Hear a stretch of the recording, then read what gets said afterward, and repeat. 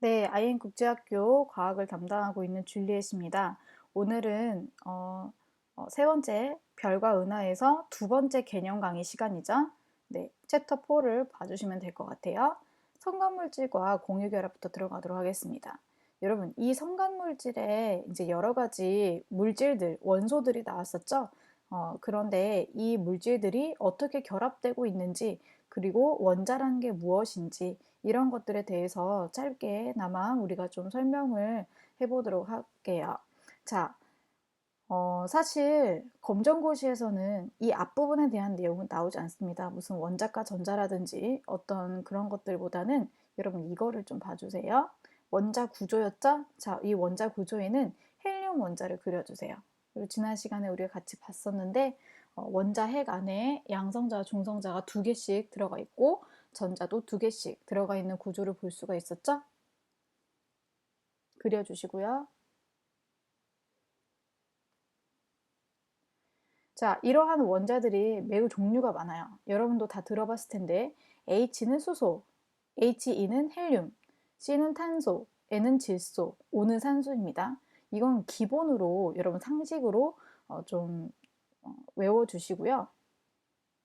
전자의 개수가 결국적으로는 이 원자의 번호입니다. 수소는 1개, 헬륨은 2개, 탄소는 6개, 질소는 7개, 산소는 8개가 되는데요. 자, 첫 번째 전자 껍질. 전자 껍질이 전자가 돌아다니는 곳이라고 했는데 첫 번째 전자 껍질에는 총 2개밖에 들어갈 수가 없어요. 그래서 수소하고 헬륨이 들어가니까 꽉 차 있죠. 그 다음에 탄소가 6개가 들어가야 되기 때문에 전자 껍질이 하나 더 생깁니다. 그래서 거기에 바깥쪽에 4개가 생기고요. 그 다음에 N 같은 경우, 질소 같은 경우는 5개가 들어가고요. 산소 같은 경우에는 6개가 들어가죠. 그래서 원자의 가장자리에 있는 전자들이 몇 개씩 있는지가 원자과 전자라고 하는 거예요. 그래서 수소는 1개, 헬륨은 2개, 탄소는 4개, 질소는 5개, 산소는 6개가 되겠죠.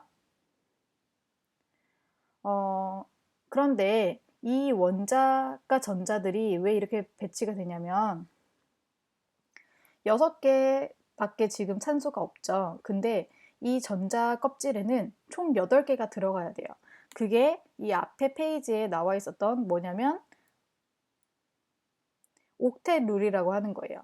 그래서 가장 바깥쪽 전자 껍질에는 8개의 전자를 가지려는 화학 결합이 이루어지는데 그것이 바로 뭐냐면 공유결합입니다.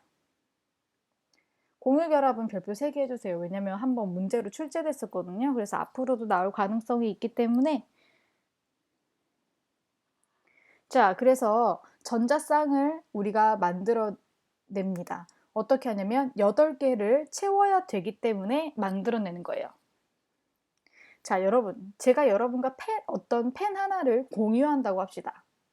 제가 여러분한테 펜을 하나 주면 여러분은 어떻게 해야 됩니까? 그걸 뺏으면 안 되죠. 그게 아니라 여러분도 똑같은 펜 하나를 저에게 줘야 됩니다. 그게 바로 공유죠. 그렇죠? 그런 것처럼 전자들도 마찬가지의 결합을 합니다. 자기가 모자란 만큼 공유를 합니다. 자, 이것을 다시 한번 우리가 보도록 할 텐데요. 전자쌍을 공유한다는 게 무슨 뜻이냐면 다시 한번 말하지만 자기가 부족한 만큼 내가 8개를 채우지 못하고 7개가 있으면 하나가 부족하죠? 그러면 하나를 내놓음으로 말미암아서 공유하게 되는 겁니다. 자, 예를 들어 볼게요. 산소 같은 경우는 원자과 전자가 몇 개였죠? 6개였어요. 그럼 몇 개가 모자라죠? 2개가 모자라거든요. 그럼 2개를 내놓습니다. 이런 식으로요. 그래서 2개를 내놓으면 또 다른 산소가 또 2개를 내놓습니다. 그래서 총 몇 개가 되죠? 왼쪽에 있는 산소에도 8개가 되고 오른쪽에 있는 산소에도 8개가 돼요. 그 다음 이산화탄소 한번 볼게요. 자, 이산화탄소 같은 경우도 어떻게 될까요? C가 몇 개밖에 없었죠? 4개밖에 없었어요. 그럼 4개밖에 없으니까 4개를 내놔야겠죠? 그래서 각각의 산소에 4개씩 내놓습니다. 2개씩 내놓습니다. 그러면 산소는 2개가 부족하기 때문에 2개씩 내놓겠죠? 그래서 이런 식으로 각각이 8개를 공유할 수 있도록 하는 겁니다. 질소 같은 경우에는 원자과 전자가 5개였어요. 그럼 몇 개가 모자라죠? 3개가 모자라요. 그러면 3개를 내놓는 거예요. 이렇게. 그러면 옆에 있는 질소도 3개를 내놓아서 총 8개를 서로 공유할 수 있도록 하는 겁니다. 그러면 공유 전자쌍이니까 2개를 한 쌍으로 치겠죠? 몇 개가 됩니까? 그렇죠. 2개가 되죠. 이산화탄소도 4개. 그렇죠? 그 다음 질소는 3개가 되겠네요. 그 다음에 여기에 있는 이중결합, 결합이 한 전자쌍이 단일 결합이에요. 그러면 2개 결합이니까 1개. 그 다음에 이산화탄소는 이중결합이 총 2개가 되겠네요. 질소는 3중결합이 총 1개가 되겠고요. 자, 이 중에서 가장 강한 결합이 뭐겠습니까? 그렇죠. 3중결합이 가장 강하게 되겠죠. 이런 걸 공유결합이라고 합니다. 자, 그 다음 가장 중요한 파트예요. 여기 중에서 가장 중요한 파트고, 그리고 매 해마다 출제됐고 단 한 번도 빠지지 않고 출제된 파트니까 잘 보셔야 됩니다. 반응 속도죠. 자, 이 반응 속도에서는 이게 제일 중요해요. 반응 속도에 영향을 주는 요인이 4가지가 있습니다. 첫 번째로 농도인데요. 자, 이 농도라는 거는 농도가 증가했습니다. 여러분 생각을 해보세요. 퍼센테이지가 증가한 거예요. 그러면 뭐겠어요? 입자들끼리 많아지겠죠. 그래서 반응 속도가 증가한다 이런 거거든요. 중요한 건 여기 농도의 예를 보시는 게 중요해요. 그래서 A번, B번, C번을 보면 A번에서는 자, 공기 중하고 그 다음에 산소가 충분하면 이런 말이 나옵니다. 산소가 충분하다는 얘기는 산소가 100% 있다는 얘기예요. 그런데 공기 중에 있다는 건 공기 중에는 산소가 21%밖에 없어요. 그러니까 퍼센트 차이죠? 그러니까 농도에 가는 거고요. B에서 마그네슘 묽은 염산보다 진한 염산이라고 했습니다. 그럼 진한 염산은 뭐겠어요? 농도에 관련된 거겠죠? 자, 그 다음 온도. 온도는 높아질 때마다 반응 속도가 빨라지죠.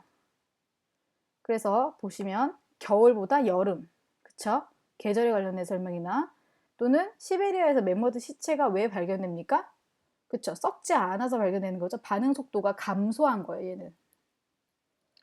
그 다음에 비닐하우스 같은 경우에는 그쵸? 따뜻하게 해줘서 채소를 빨리 자라게 하는 반응 속도가 빨라지게 하는 거죠. 그 다음 3번째, 접촉 면적, 표면적입니다. 이게 제일 문제로 많이 나오는 것 중에 하나인데요. 자, 표면적의 예를 보면 통나무와 장작개비. 장작개비는 통나무를 자른 거죠. 그러니까 빠르게 더 잘 탈 수 있겠죠.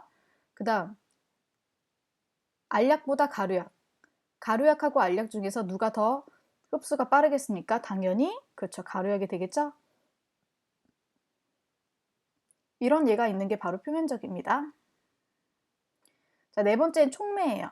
자, 촉매라고 하는 것은 A와 B가 반응해서 어떤 C라는 물질이 될 때 그 반응하는 속도를 줄여주기 위해서 반응 속도를 빠르게 하기 위해서 어떤 물질을 더 첨가해 주는 겁니다. 그래서 뭔가를 넣는다 라는 표현이 나오면 무조건 촉매에 해당한다고 볼 수 있습니다.